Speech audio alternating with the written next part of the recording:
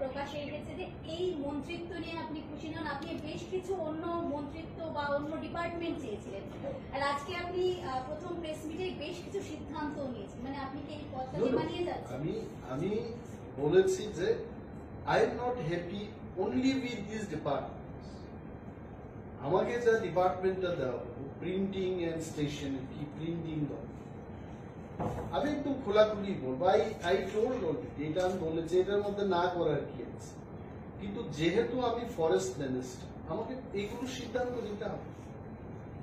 আবারও বলছি, আমি মাননীয় মুখ্যমন্ত্রীকে দেখা করে এটাও বলেছি, few days back also I met, আমি বললাম যে এই রাজ্যের পিছিয়ে পড়া মানুষদের জন্য 22 বছর রাজনীতির জীবনে আছি, কখনো জল খেলাম, কখনো গোলা জল খেলাম, কখনো আবার ঠান্ডা জলও খেয়ে রাজনীতি করলাম।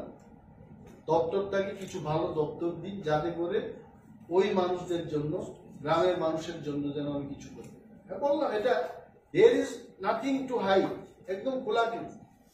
এবং যখন যাব দিল্লিতে, নতুন মন্ত্রী যারা শপথ গ্রহণ করেছে, বিশেষভাবে দেশের হোম মিনিস্টার, ওনাকে যখন গ্রিট করতে যাব দিল্লিতে গেলে আমি সে কথা আবার বলবো।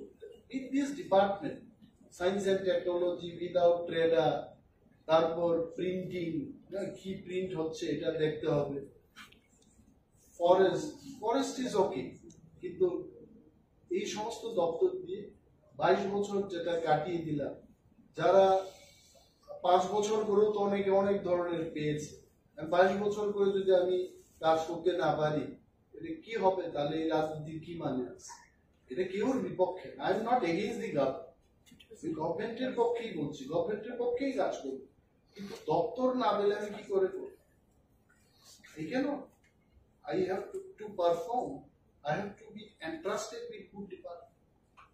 আমি এমএলএ ছিলাম, এডিসিতে কাজ করেছি, বিরোধী দলনেতা ছিলাম। আই হ্যাভ, বলতে গেলে ত্রিপুরা রাজ্যের রাজনীতিতে প্রতিটি জায়গা আমার প্রশিক্ষণ আমি পেয়েছি। এজ এ বিরোধী এমএলএ আমি প্রশিক্ষণ পেয়েছি। শ্রী রতনলাল নাথ বোধহয় আমাদের বিরোধী দলনেতা ছিলেন 5 বছর। এডিসির অনেকেরই এক্সপিরিয়েন্স, আমার এক্সপিরিয়েন্স আছে, অনেক মন্ত্রীদেরই বিরোধী দলনেতা হওয়ার এক্সপিরিয়েন্স, এটাও আমি 1 বছর পালন করেছি। Now I am a minister, so if you feel experience wise যে প্রতিটি সেক্টরে উঠে আসা, I am one of them.